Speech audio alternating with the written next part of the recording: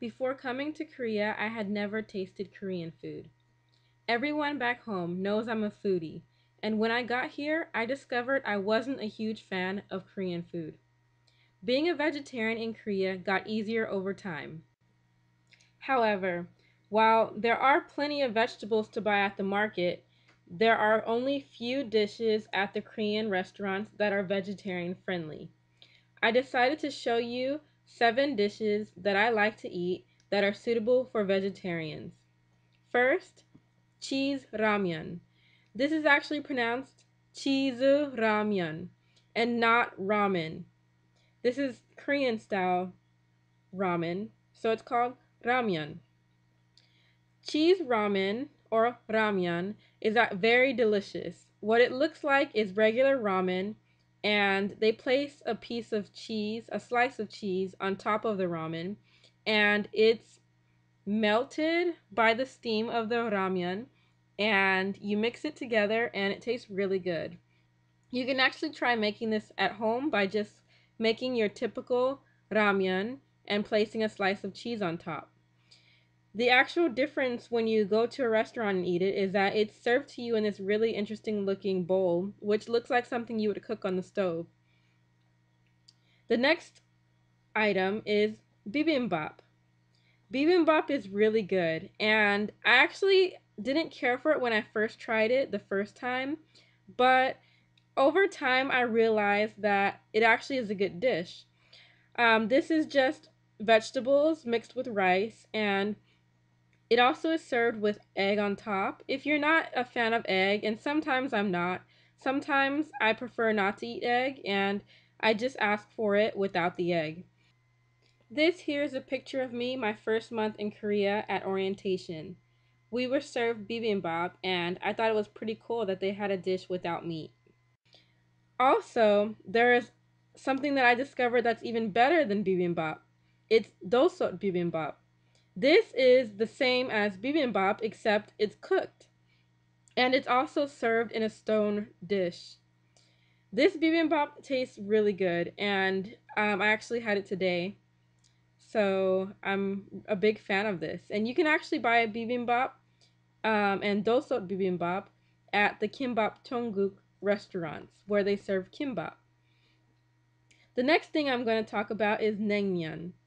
When I first tasted Ning Miam, I wasn't a huge fan, but now I'm kind of warming up to the idea. The reason why is because this is a noodle, but it's actually served cold. It's a buckwheat noodle, so it looks brown, and the liquid or the broth is actually very cold, and it usually has bits of ice in it. This naengmyeon is not bad, but I actually discovered something even better. Bibimbap. This sounds kind of like bibimbap because they use the sauce from the bibimbap and it's added to the naengmyeon. But the cool thing about this is it's not super cold like regular naengmyeon, and it's served with less water, so it's more of a dry cold noodle than actual naengmyeon. The next dish that I'm going to talk about is japchae.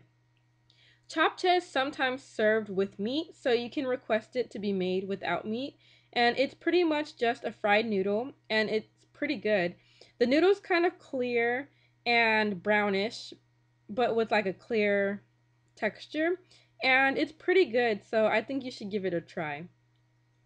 The next thing I'm going to talk about is dak many of you might have heard of dak and I know you're probably thinking, wait, it has chicken. But if you go with some friends, it's a great meal to eat because if you're not a super picky vegetarian and you don't mind meat touching your food like I do, you can go with friends and they can eat the meat and you can eat the vegetables. Pretty much it's made with cabbage, and the cabbage is really good once it's cooked, and they actually use the same sauce as the bibimbap, the red sauce, and it's really delicious once the cabbage is cooked into the sauce. And it also has dok, which is, I'm not sure if I'm pronouncing it right. It is the Rice cakes. I'm not a huge fan of rice cakes, but sometimes you can get dak that has cheese rice cakes with cheese in the middle. That's actually a little bit better than the plain rice cakes. Also, at the end, if you ask them for pap hagokim, they will give you rice and seaweed at the end to mix in with the leftovers. And when it's mixed with the sauce, it's so delicious. I have to say, this is probably one of my favorite foods in Korea. This is a picture of my good friends Audrey and Mario. We were eating dak and the funny thing is, I had it twice that day. But the next thing is kimbap. Kimbap is something I eat almost every day.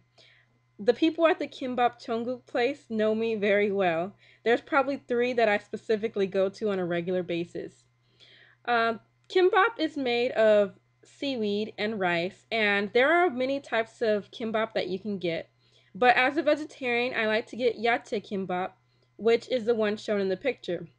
Yacha kimbap is vegetable kimbap, but you have to be careful in Korea because just because it says vegetable doesn't mean it doesn't have meat. You can order vegetable pizza or vegetable kimbap and it still is served with meat. It just means that they also throw in vegetables. So what you want to do is order yacha kimbap and ask for no meat or without the ham. Sometimes instead of ham, it's served with some type of seafood dish like maybe tuna. So just ask without the meat and let them know you're a vegetarian. The special thing about the kimbap shown in the picture is it was the first time I ever made kimbap. Yes, that's right. This is my homemade kimbap. It was my first time ever making it, but I realized the fun thing about making it is you can actually add any vegetables that you like and even your favorite ones. In the picture, I added carrots and cucumber, which are very typical in kimbap, but I also added spinach and burdock root, which is spinach is typically not put in there, but burdock root is. So that's the upside of cooking at home, which I'm still trying to master. Okay, so when I started out making this video, it was going to be 5 foods. But as I started making the video, I realized there are actually a lot of Korean dishes that I enjoy. So it turned from 5 dishes to 7 dishes, and now this is going to be number 9. So this is jjajangmyeon, and also Ganja Dung. If you look across from me, there's a dish with black bean noodles already mixed with the noodles. And in front of me is the noodles with black bean sauce separate. So across from me is jjajangmyeon. Jjajangmyeon is black bean sauce with noodles and it's very delicious even though it looks disgusting. And you've probably seen this in many Korean dramas and thought, ugh, what are they eating? But it's really, really good. And the dish in front of me is Ganja Dung. The difference is that it's served separately, so the noodles are separate from the actual sauce. I've come to learn that I prefer Ganja Dung, where it's separate. I think it tastes better, and my friend said it's because it's fresh. I don't know what it is, but it tastes really good, and I think you should give it a try.